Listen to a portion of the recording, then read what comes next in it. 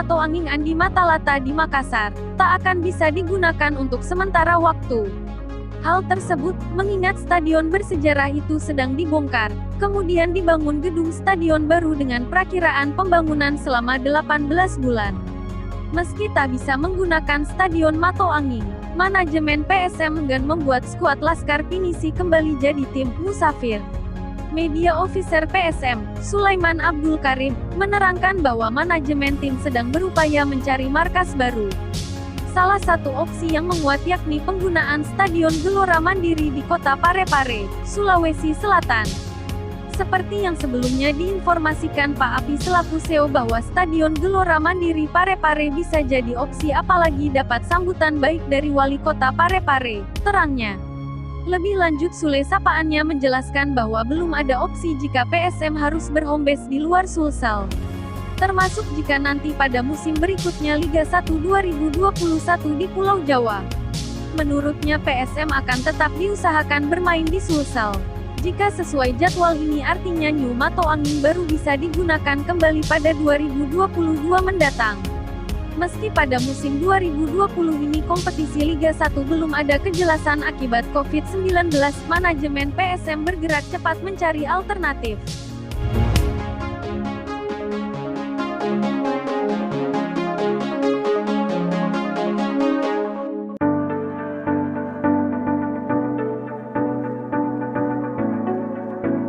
Para pemain PSM Makassar sejak datang dari Yogyakarta, Senin, tanggal 19 Oktober tahun 2020, masih diliburkan.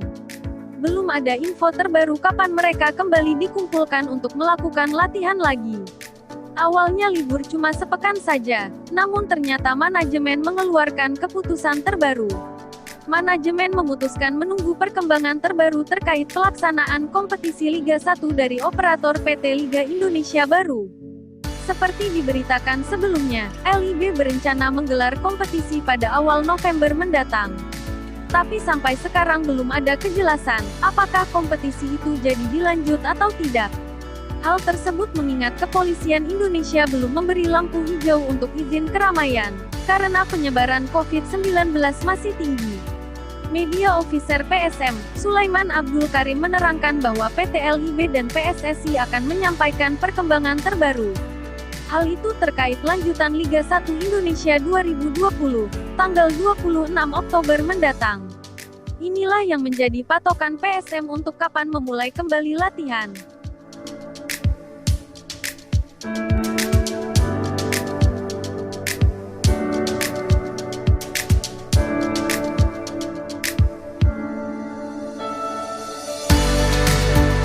Apapun keputusan atau perkembangan terbaru LIB pada tanggal 26 Oktober mendatang, persiapan latihan PSM tetap akan digelar di Makassar.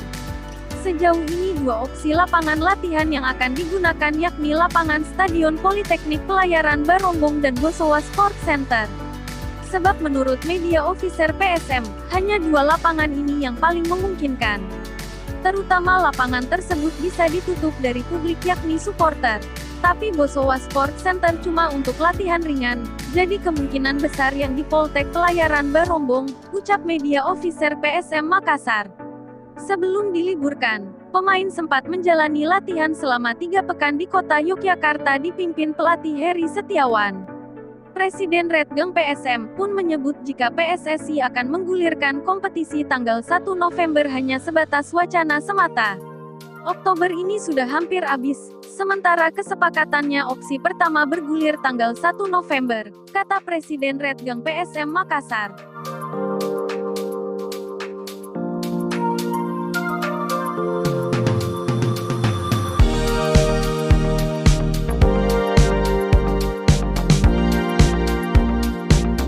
Dalam pembongkaran markas PSM Makassar, Stadion Mato Anging ternyata memerlukan juga salah satu ritual khusus.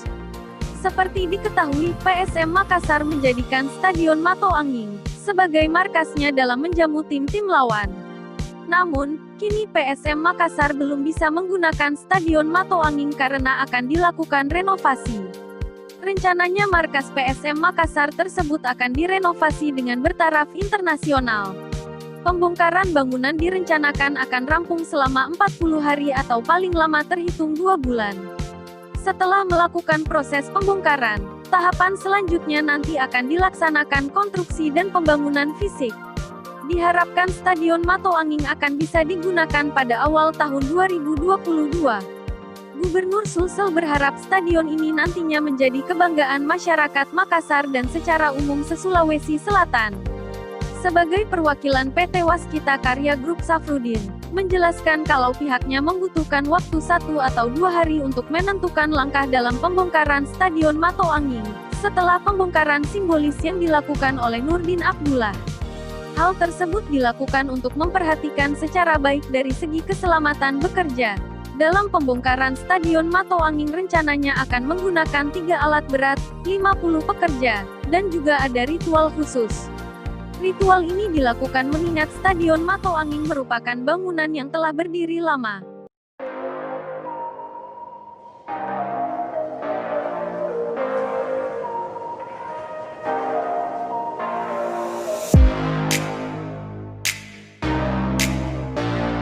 Mulai direnovasinya Stadion Andi Matalata yang selama ini menjadi markas PSM Makassar membuat Abdul Rahman berharap tak menjadi klub musafir di ajang Liga 1 musim depan. Proses renovasi yang menghabiskan dana sebesar 1 triliun dengan masa pengerjaan selama 18 bulan alias ditargetkan rampung pada tahun 2022 membuat PSM Makassar harus mencari kandang baru. Oleh karena itu, Abdul Rahman berharap proses renovasi stadion yang kelak akan berstandar internasional tersebut tidak bernasib sama dengan Stadion Barombong yang tak kunjung selesai sejak dibangun pada tahun 2011 silam.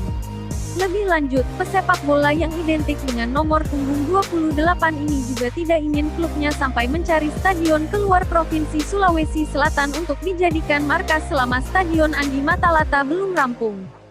Saya melihat stadion ini ditargetkan 18 bulan pengerjaan. Sebenarnya tidak apa-apa sih jadi klub musafir asalkan tetap di Sulsel. Di Sulsel juga kan ada banyak stadion bagus seperti di Parepare dan Goa, ucap Abdul Rahman.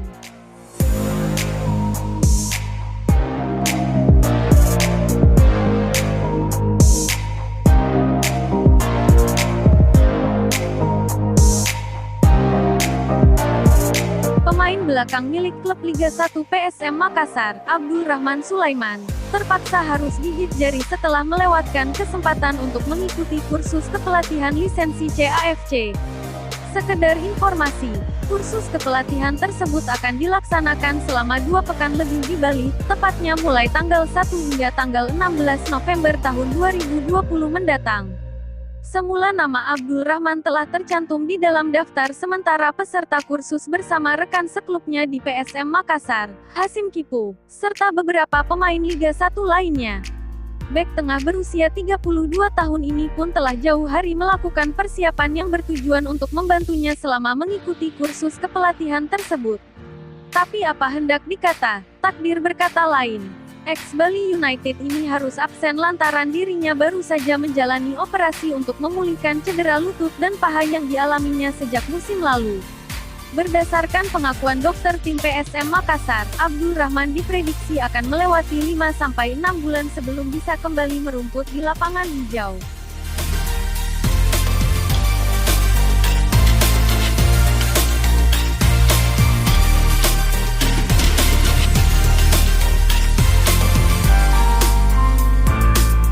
Pemain kelahiran Belanda ini merasa semeringah proses naturalisasi dirinya mendekati akhir.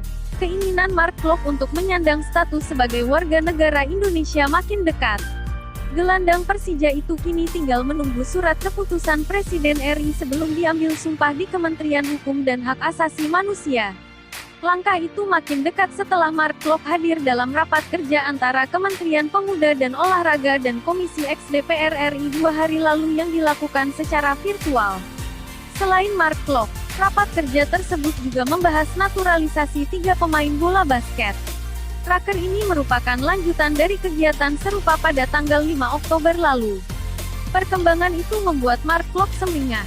Pemain kelahiran Belanda ini berjanji tidak akan mengecewakan kepercayaan yang sudah diberikan kepada dirinya, dan siap mengharumkan nama Indonesia bila mendapat kesempatan masuk ke tim nasional.